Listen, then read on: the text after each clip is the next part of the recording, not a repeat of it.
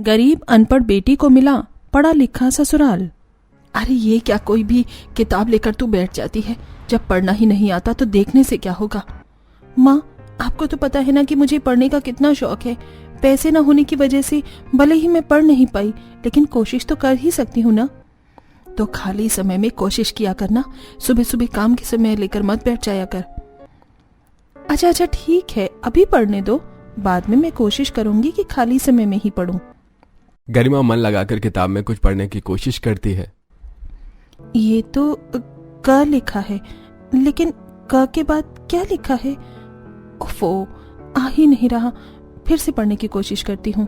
गरिमा किताब में बहुत ध्यान से कुछ पढ़ रही होती है, तभी वहां से शर्वरी यूनिवर्सिटी के लिए निकल रही होती है। शर्वरी यूनिवर्सिटी में प्रोफेसर थी जिसने पीएचडी की डिग्री हासिल की थी। शर्वरी रोज उसी रास्ते से होकर गुजरती थी और गरिमा को रोज पढ़ते हुए देखती थी। ये लड़की कितना पढ़ती है, ये रोज मुझे पढ़ते हुए दिखती है। अच्छा है, आज की लड़कियों को पढ़ना लिखना आना ही चाहिए। इतना सोच के शर्वरी वहां से चली जाती है और अगले दिन शर्वरी फिर उसी रास्ते से गुजरती है और देखती है कि आज फिर गरिमा घर के बाहर आंगन में किताब पढ़ रही होती है। और तभी कुछ स्कूल बच्चे यूनिफॉर्म में गरिमा के घर के आगे से जा रहे होते हैं। गरिमा दीदी बाय। बाय बच्चों, खूब पढ़ना और देश का नाम रोशन करना। तो गरिमा नाम है इस लड़की का। कितनी अच्छी लड़की है, खुद तो पढ़ती है, बच्चों को भी पढ़ने के लिए प्रोत्साहित कर रही है। लगता है गरीब होने की वजह से इसकी ऐसी हालत है। क्यों ना अपने छोटे बेटे की शादी इसी से करा दूं। घर में पढ़ी लिखी और संस्कारी बहू आ जाएगी तो समाज में मेरी कितनी इज्जत होगी। ऐसा करती हूँ, शाम को आऊंगी बात करने। उस वक्त शर्वरी वहां से चली जाती है, लेकिन शाम को शर्वरी गरिमा के घर आती है और गरिमा के घर का दरवाजा खटखटाती है। दरवाजे के खटखटाने की आवाज सुनकर गरिमा की माँ बाहर आती है। जी कहिए, आप कौन? जी मैं शर्वरी हूँ, यहीं पास में थोड़ी दूरी पर अपने परिवार के साथ रहती हूँ। दरअसल मैं रोज इधर से गुजरती हूँ और आपकी बेटी को देखती हूँ। मुझे आपकी बेटी बहुत पसंद है। क्या आप अपनी बेटी की शादी मेरे छोटे बेटे से कराने के लिए राजी हैं? क्या शादी? देखिए, आप चिंता मत करिए, शादी का खर्चा हम ही उठाएंगे। आपको बस अपनी बेटी हमें सौंपना है। क्यों नहीं, जरूर। अरे जब से इसके बाबा गुजरे हैं, मुझे एक ही चिंता खाए जा रही थी कि मेरी बेटी का घर कैसे बसेगा। लेकिन मुझे ये नहीं पता था कि मेरी बेटी की किस्मत इतनी अच्छी है। हमें ये रिश्ता मंजूर है। आप शादी की तैयारी शुरू करिए। तो ठीक है, मैं पंडित जी से बात करके जल्द से जल्द शादी का शुभ मुहूर्त निकलवाती हूँ। शर्वरी पंडित से बात करके शादी फिक्स कराती है और जल्द ही गरिमा की शादी शर्वरी के छोटे बेटे शुभ से हो जाती है। और आज गरिमा का ससुराल में पहला दिन होता है। घर के हर कोने में कहीं ना कहीं मेडल्स या ट्रॉफीज रखी हुई होती हैं। इस घर के लोग तो बहुत पढ़े लिखे लगते हैं। घर में हर तरफ ये माला टंगी है जो स्कूल या कॉलेज में जीतने पर या अव्वल आने पर मिलता है। पता नहीं मैं इस घर में कैसे रहूंगी। गरिमा बेटा, उधर कहाँ जा रही हो? इधर आओ बेटा, रास्ता इधर से है। भूल हो गई थी माँ जी। मॉम, गरिमा ऐसे क्यों बिहेव कर रही है? क्या हुआ Garima? Is everything all right? जी अरे रिचा, अभी गरिमा का पहला दिन है ससुराल में, शायद इसीलिए ये घबरा रही है। लेकिन घबराने की कोई बात नहीं है गरिमा, यहाँ ऐसा कोई भी नहीं। अभी तुम जाओ और थोड़ा आराम करो, मैं शाम को तुम्हारे कमरे में आऊंगी। जी माँ जी। इतना कह के गरिमा अपने कमरे में चली जाती है। Mom, I don't know why, लेकिन मुझे तो दाल में कुछ काला लग रहा है। गरिमा ऐसे बर्ताव कर रही है जैसे गांव की अनपढ़ और गंवार लड़कियां करती हैं। ससुराल के पहले दिन सभी लड़कियों को सांप सूंघ लेता है, चाहे वो कितनी भी पढ़ी लिखी क्यों ना हो। अब जो भी हो मामा, चलिए अब मैं अपने रूम में जा रही हूँ। शादी में मुझे भी बहुत थकान हो गई है। हाँ, जाके आराम कर ले, क्योंकि कल भी पूरा दिन जागना पड़ेगा। शाम का वक्त होता है। शर्वरी कपड़े और कुछ गहने लेकर गरिमा के पास जाती है। गरिमा बेटा, सो रही है क्या? नहीं नहीं माँ, आइए आइए। हाँ बेटा, जरूरी था इसीलिए आना पड़ा। ये पकड़, कल की रस्म के लिए कपड़े और कुछ गहने। माँ जी, कल रस्म कौन सी है? बेटा, कल देखा जाए तो तेरी पहली रसोई और मुंह दिखाई दोनों है, क्योंकि कल पहली रसोई में जो खाना तू बनाएगी वही खाना मेहमान खाएंगे और तेरा चेहरा देखकर तुझे शगुन देंगे। अच्छा ठीक है माँ, मैं बना दूंगी सबके लिए खाना। हाँ बेटा, सब बहुत पढ़े लिखे लोग हैं, बहुत अमीर खानदान के। सबने बाहर जाकर पढ़ाई की है, जैसे हमारे घर में की है सभी लोगों ने, ठीक वैसे ही हमारे घर में सबने बाहर से पढ़ाई की है। हाँ बेटा, तेरे ससुर जी ने लंदन से पढ़ाई की है। वहाँ की पढ़ाई से वो इतने खुश हुए कि उन्होंने अपने दोनों बेटों को और अपनी बेटी को भी वहीं पढ़ने के लिए भेज दिया। और देखना, मैंने खुद कनाडा से पढ़ाई पूरी की है और तेरी जेठानी ने रूस से। वैसे माँ, आप सबने पढ़ाई किस चीज की करी है? बेटा, तेरे ससुर जी IIT के प्रोफेसर हैं। वो खुद तो प्रोफेसर हैं ही, लेकिन उनका सपना था कि उनके बच्चे भी प्रोफेसर बने। बस इसीलिए उन्होंने अपने दोनों बेटों को भी अलग अलग सब्जेक्ट में PhD करा के प्रोफेसर बनने के लिए कहा, और अपनी बेटी को भी उन्होंने PhD ही कराई। और यहाँ तक कि उन्हें पत्नी भी प्रोफेसर ही चाहिए थी, जैसे कि मैं। माँ, आप भी प्रोफेसर हैं? हाँ बेटा, मैं जब यूनिवर्सिटी जाती थी ना, तभी तो मैं तुझे रोज देखती थी, तभी तो तू पसंद आई मुझे। तू हमेशा किताब पढ़ती रहती थी, इसीलिए तुझे ध्यान नहीं होगा। हाँ माँ, हो सकता है, वो मुझे पढ़ने का बहुत शौक है ना, तभी तो हम तुझे अपनी बहू बना कर लाए हैं। मैंने तेरे ससुर जी को तो पढ़ी लिखी बहू ही चाहिए ये कहा था, सो हम तुझे बहू बना लाए। अजी सुनती हो? अच्छा चल, अब मैं जाती हूँ। बातों बातों में भूल ही गई थी कि इन्होंने किताब मंगवाई थी कमरे से। ठीक है माँ, आप आराम से जाइए। हाँ बेटा। इतना कह के शर्वरी वहां से चली जाती है। माँ को लगता है कि मैं पढ़ी लिखी हूँ, लेकिन उन्हें क्या पता कि मैं तो अनपढ़ हूँ। जब तक सरकारी स्कूल में फ्री में जाने को मिलता था तब तक ही गई हूँ, उसके बाद तो स्कूल भी नहीं गई हूँ। हे भगवान, इस गरीब अनपढ़ बेटी को तूने इतना पढ़ा लिखा ससुराल दिया है, अब तो ही सब कुछ संभालेगा। अगला दिन आ जाता है। गरिमा बंठन के तैयार होके किचन में जाती है। आ गई बहू, आ जाओ आ जाओ। जी माँ। अरे गरिमा, ये क्या देहातियों जैसी साड़ी पहन ली है तुमने? थोड़ा मॉडर्न तरीके से पहनो, जैसे हम पढ़े लिखे लोग पहनते हैं। रुको, मैं तुम्हारी साड़ी से ही करती हूँ। भाभी, मुझे जितना समझ आया पहन लिया। अरे बेटा कोई बात नहीं, पहली बार जब साड़ी पहने तो ऐसा ही होता है। जी माँ। देखो, अब अच्छी लग रही है ना साड़ी? हाँ बेटा। गरिमा, अब आ जाओ और फटाफट से खाना बना, मेहमान कुछ ही देर में आने लगेंगे। जी माँ, मैं बनाती हूँ।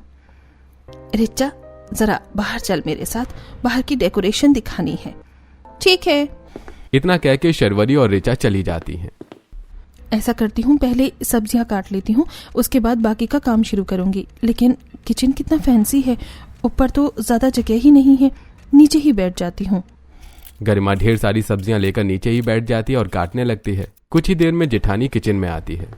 ये सब क्या है, और तुम नीचे बैठ के सब्जी क्यों काट रही हो? भाभी, सब्जियां ज्यादा थी और ऊपर जगह कम थी, इसीलिए मैंने सोचा कि नीचे ही सब्जियां काट लेती हूँ। अरे लेकिन सब्जियां चॉपर में काट लेती, ये सामने ही तो रखा है। लाओ दो जल्दी से, मैं चॉपर से ही निकाल देती हूँ। अच्छा। रिचा 5 मिनट में ही सारी सब्जियां काट देती है। ये लो, अब जल्दी से बनाओ खाना। ठीक है भाभी। और एप्रिन कौन पहनेगा? जी। एप्रिन पहनो। ये लो, मैं पहनाती हूँ। अब जल्दी से खाना बना के बाहर लेकर आओ, मेहमान आने लगे हैं। जी भाभी। इतना बोल के रिचा किचन से बाहर चली जाती है। गरिमा भी फटाफट से सबके लिए पकवान बना के बाहर जाती है। माँ जी, खाना तैयार है। आओ बेटा आओ, मैं वर्कर से कहकर खाना लगवा दूंगी, तुम भी बैठो। अरे बेटा, गर्मी में बैठेगी क्या? फैन ऑन कर ले।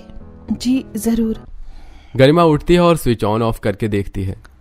अरे ये क्या कर रही है? पंखा चला रही हूँ, लेकिन ये तो चल ही नहीं रहा। शर्वरी, ये कैसी अनपढ़ बहू ले आई है तू, जिसे फैन ऑन तक नहीं करना आता? बेटा, वो रिमोट से फैन ऑन होगा। माँ जी, रिमोट से कैसे ऑन होगा? रुक जा, मैं करती हूँ। शर्वरी गरिमा के पास जाती है। अरे ये देख, इस बटन से चलता है। बेइज्जती करा दी हमारी। शर्वरी, तेरे घर में सब पढ़े लिखे हैं, तो तू अपनी छोटी बहू को अनपढ़ क्यों ले आई? अरे अनपढ़ से क्या हुआ, लड़की अच्छी और संस्कारी होनी चाहिए, बस यही सोच के शादी कर ली। वैसे दिल बहलाने के लिए ख्याल अच्छा है। आइए, खाना लग गया है, आप लोग खाना खा लीजिए। हाँ ठीक है। सभी मेहमान बीच बीच में शर्वरी का मजाक बनाते रहते हैं कि शर्वरी अनपढ़ बहू ले आई। खाना खा के सभी मेहमान चले जाते हैं। मामा, आपने तो कहा था कि गरिमा पढ़ी लिखी है, फिर ये अनपढ़ कैसे निकली? शांत हो जाओ ऋचा, ऐसे चिल्लाने से अब कुछ बदलने वाला नहीं है। हाँ, और क्या हुआ अगर गरिमा अनपढ़ है तो? वो एक इंसान तो है ना। चुप कर। इतने पढ़े लिखे खानदान में एक अनपढ़ के आने से क्या होता है? उसका एक छोटा उदाहरण अभी कुछ देर पहले ही हमने देखा है। अब सभी हमारा मजाक बनाएंगे। मुझसे बहुत बड़ी भूल हो गई। लेकिन गरिमा, मुझे ये बताओ, तुम तो हमेशा पढ़ती रहती थी ना?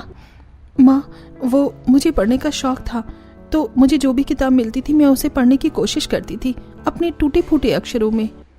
हे भगवान, ये क्या किया तूने? मैं अपने कमरे में जा रही हूँ। अब मेरा सर बहुत फट रहा है ये सब सुनकर। धीरे धीरे करके सभी सदस्य अपने कमरे में चले जाते हैं। अंकिता गरिमा के लिए जूस लेकर उसके कमरे में जाती है। ये लीजिए भाभी, जूस लीजिए। घर में सब मुझसे नाराज हैं और तुम मेरे लिए जूस लाई हो? क्योंकि मैं आपसे बिल्कुल नाराज नहीं हूँ। आप पढ़ी लिखी नहीं है, इसमें आपकी नहीं किस्मत की गलती है। अब आप सैड मत होइए। शुक्रिया अंकिता, मुझे समझने के लिए। गरिमा और अंकिता बात कर ही रहे होते हैं, तभी वहां शुभ आ जाता है। धीरे धीरे तुम्हें सब समझने लगेंगे गरिमा, तुम परेशान मत होना और हिम्मत मत हारना। हाँ बिल्कुल। शाम का समय होता है। शर्वरी फिर से गरिमा के पास आती है। देखो बहू, जो हुआ सो हुआ। मैं तुमको ये बताने आई हूँ कि कल कुछ और लोग तुम्हें देखने आएंगे, तो उनके लिए भी तुम्हें तैयार होना होगा। जी माँ।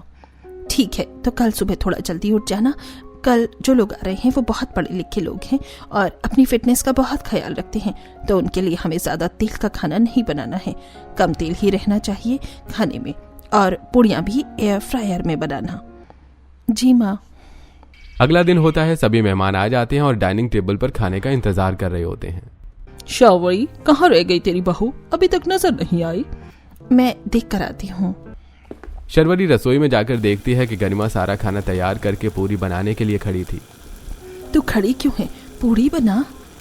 वो माँ, आपने ही कहा था ना कि पूड़ियाँ एयर फ्रायर में बनेंगी, लेकिन मुझे तो एयर फ्रायर यूज करना ही नहीं आता है। पूड़ी बेल, उसे पानी में 2 मिनट के लिए उबाल और एयर फ्रायर में डाल के बटन ऑन कर दी, फिर 2 मिनट में निकाल ले। बस इतना ही करना है। मैं करके दिखाती हूँ।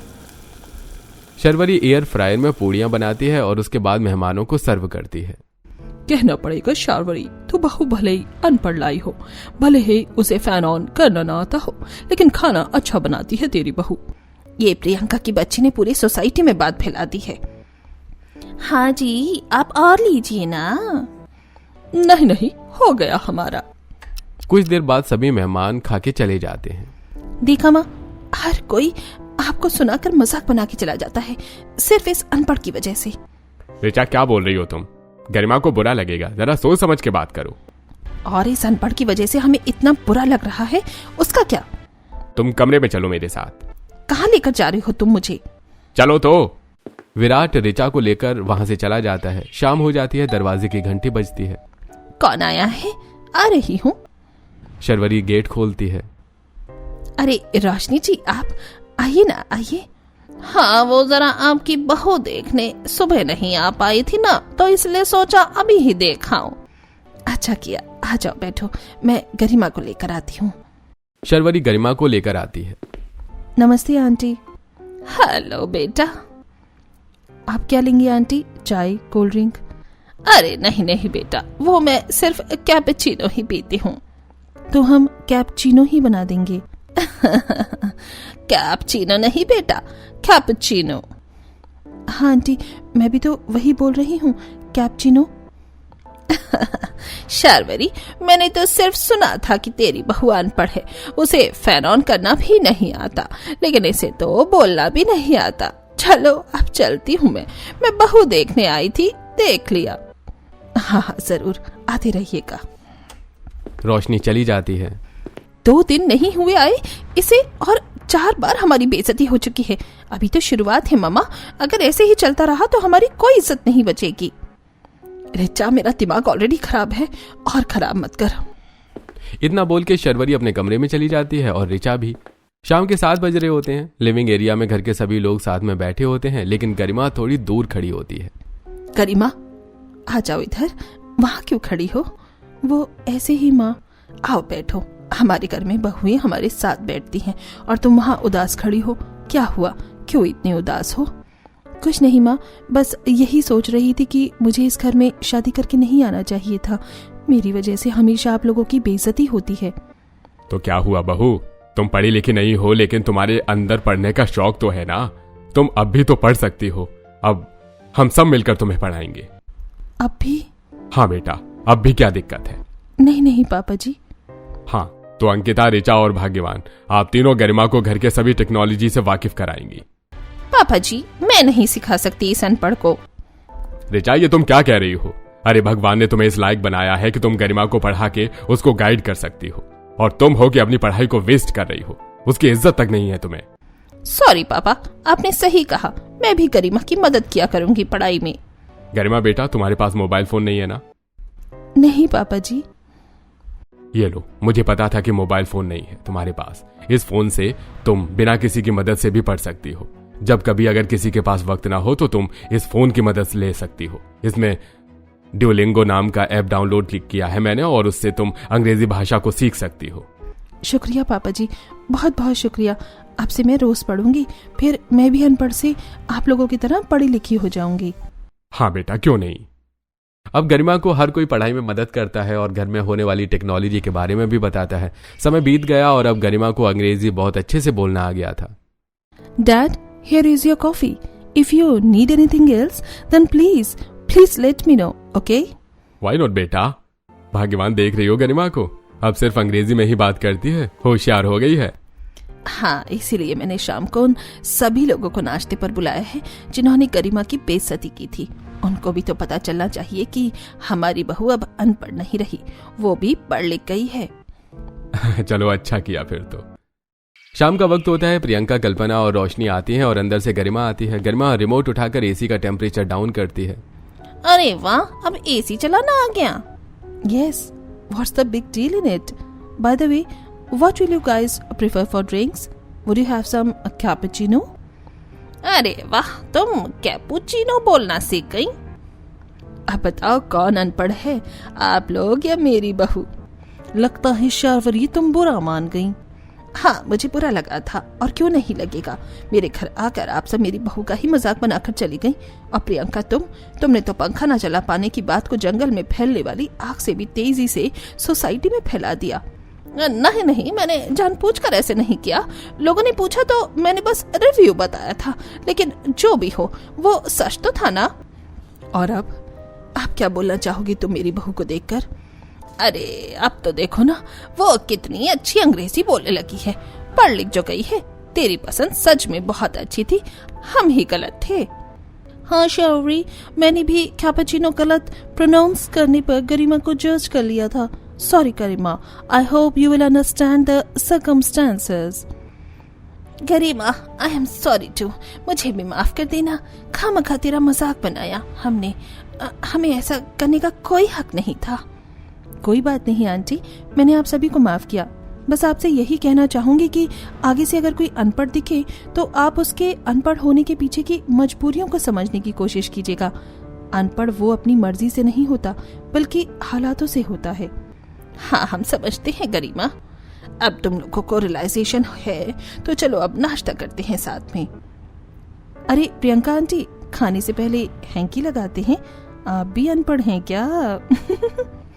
बस भी गरिमा, अब तक ऐसे ताने मारती रहो कि सॉरी बोल दिया ना। अरे आंटी सीरियस मत होइए, मैं तो मजाक कर रही थी। अब बस भी कर।